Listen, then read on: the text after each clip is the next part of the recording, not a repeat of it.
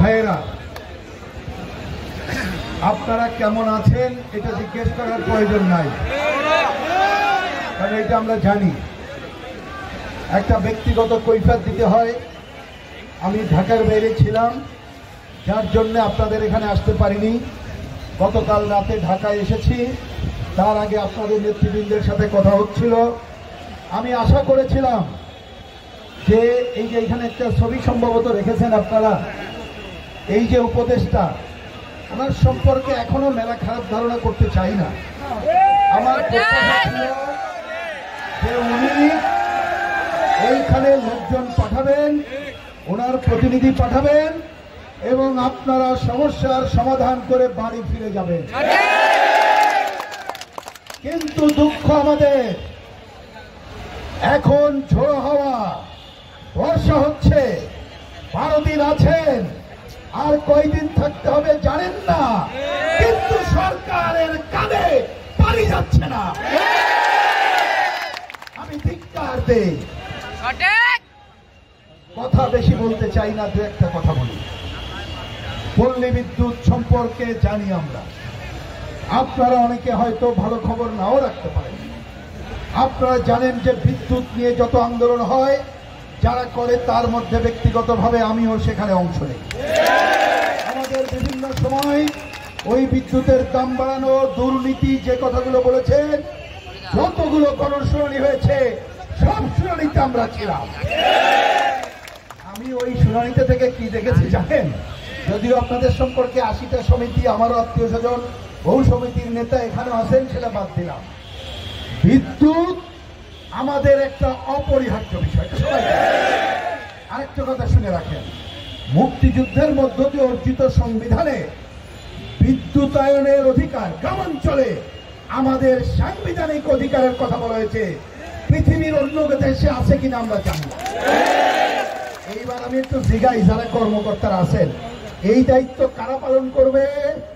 আপনি প্রধানমন্ত্রী হন, রাষ্ট্রপতি হন, উপদেষ্টা হন, বিদ্যুৎ উন্নয়ন বোর্ড হন, তারা না পল্লী বিদ্যুতের? তাহলে ভাই অগ্রাধিকার পাওয়া কার কথা ছিল? কথায় বলে না, গ্রাম বাঁচলে দেশ বাঁচবে। আমরা সবাই উজাড় করে দিই গ্রামের মানুষের কথা বলে। তাহলে পল্লী বিদ্যুৎকেই তো প্রশ্রয় দেওয়া উচিত ছিল। কিন্তু আমরা আলাপ আলোচনা করতে যাই কি বুঝেছি জানেন? পল্লী বিদ্যুৎ যেন সৎ ভাই। এখন কি বলবো, আর ওনারা মাঝে মধ্যে না, দায়িত্ব কাদেরকে দেয়? আর্মির লোকজন। এরকম ডান্ডা মেরে ঠান্ডা করবে, আমরা বলেছি এটা ঠিক না, এটা আগেই বলেছি, আমি কথা বাড়াই না। সুতরাং পল্লী বিদ্যুতে যে অনিয়মের কথা বলছেন, ভোট দুর্নীতির কথা বলছেন, এবং সরাসরি চাকরি না দিয়ে যেটা করা হয়, এইটা সম্পূর্ণ বেআইনি। মুক্তিযুদ্ধের বাংলাদেশে এইটা আমরা মানি নাই।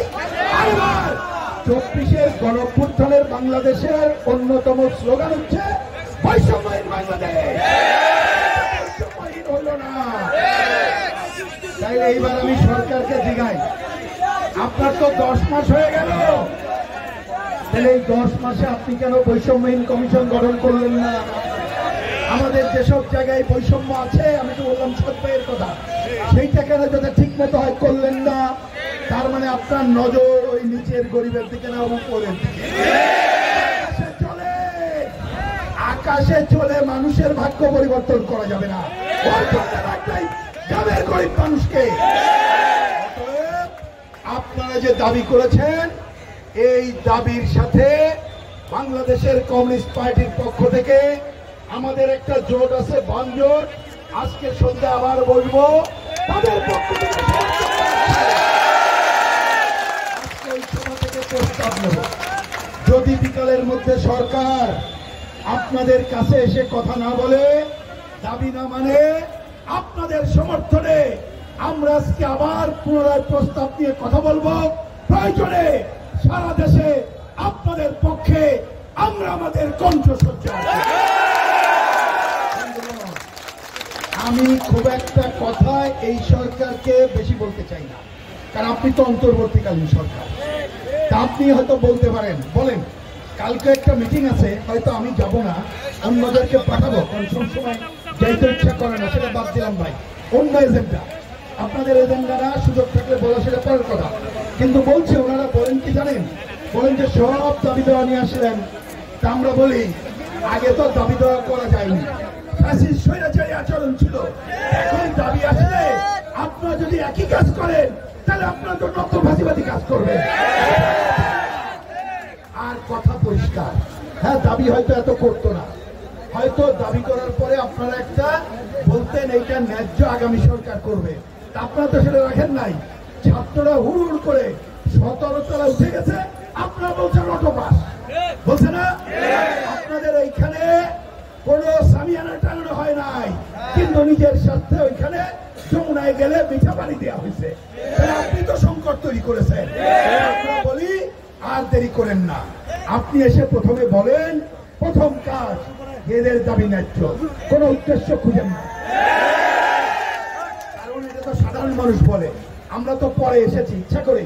প্রথম দিকে চিন্তা করলাম আপনারা করেন, তাহলে এটা ন্যায্য আগে স্বীকৃতি দেন, তারপরে আপনাদের সাথে নেতাদের সাথে কথা বলেন, কথা বলে আপনাদের বাস্তবতা বলেন, ওনাদেরকে বলেন। আমি আশা করব আমরা সবাই বুঝবো, ওনারা বুঝবেন। এই মুহূর্তে যতটা দাবি এক্ষুনি মানে সম্ভব মানেন, আর বাকিটা বলেন আমরা প্রক্রিয়া আছি। আশা করি জীবন হবে না। আপনারা যদি এই কাজ না করে মনে করেন ওরা 12 দিন 15 দিন আছে, আর একটু ঝড় বৃষ্টি হবে, কয়েকদিন পরে চলে যাবে, আমি জানি না আপনারা কি ডিসিশন নেবেন, চলে যাবে। এই যে আপনাদের কণ্ঠ, সেটাই কিন্তু আমাদের সাহস যোগাচ্ছে কথা বলার জন্য এবং সরকারকে। আমি অন্য কোনো কথা আজকে না বলি, খালি সরকারকে বলি দয়া করে, আমি দয়া শব্দটা এখনো বলছি, কারণ অন্তর্বর্তীকালীন সরকার, কারণ ওনার কাছে মেলা চাওয়া আমাদের ছিল না, কিন্তু উনি ক্ষমতায় বেশি দিন থেকে আমাদেরকে বাধ্য করছে। আমরা বলি আগামীকাল বাজেট ঘোষণা হবে, এই বাজেটে এখনো সময় আছে। এই যে চুক্তিভিত্তিক নিয়োগ যেটা হয়, এটা কিন্তু ব্যয়, এটা একটা ফাঁকিবাজি আছে, আমরা জানি, আপনারা ভালো জানেন, যে যাতে করে নিয়মিত হলে যারা আমাদের শ্রমিক মানুষ কর্মচারী তাদেরকে বেতন দিতে হয়, বোনাস দিতে হয়, গ্র্যাচুইটি দিতে হয়, প্রভিডেন্ট ফান্ড দিতে হয়, তাই না ভাই?